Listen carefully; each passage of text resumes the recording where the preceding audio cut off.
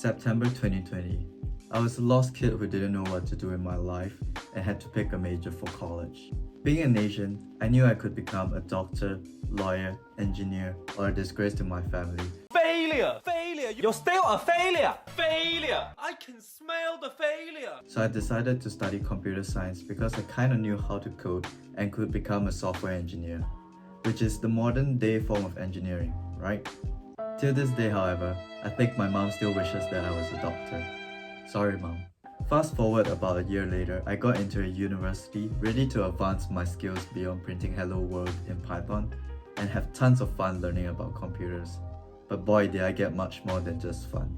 With 14 different modules in 22 weeks of teaching, my brain expanded in ways I never knew was even possible.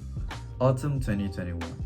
This was my first semester of college and we kicked off with Foundations of Computer Science and you guessed it, OCaml. Actually, you wouldn't have guessed it, I didn't back then either. I got introduced to the concept of functional programming, which meant that I spent most of my time writing recursive functions instead of for loops. Alright, time to do my assignment. Nice, easy is good. Let's see what's up. First question. Print the numbers from 1 to 10 in order. Wow, maybe college wasn't too bad after all. Wait, mate. Not like this. It was pretty interesting learning about OCaml, and I had many other CS courses like databases, object-oriented programming, discrete maths, and digital electronics. I learned about how redstone logic actually works, the sheer trauma some tiny symbols can cause, and that if you say the 3 magic words select, from, where, you can do almost everything to retrieve data you need. Winter 2021. I had more discrete maths and was spiraling out of control emotionally as the pain continued. By then, I had already gone through the 5 stages of grief multiple times. I kinda lost count. This was when algorithms came along as well. I could finally start grinding my lead code and get that internship I needed to advance my career. Alright, it's time.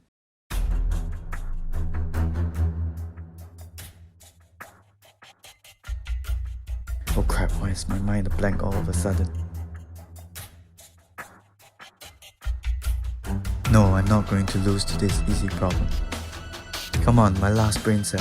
Think. Got it.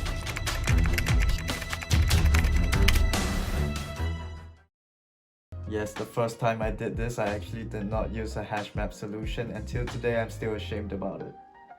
Anyway, back to the video. Unfortunately, I learned that most companies don't take first years, but I applied at a couple of others and got an offer at C Group. The interviewer was very nice to me to show me mercy and did not give me any dynamic programming questions, which I am very thankful for. Spring 2022. This was my final semester, so I was learning a few extra topics while preparing for my exams.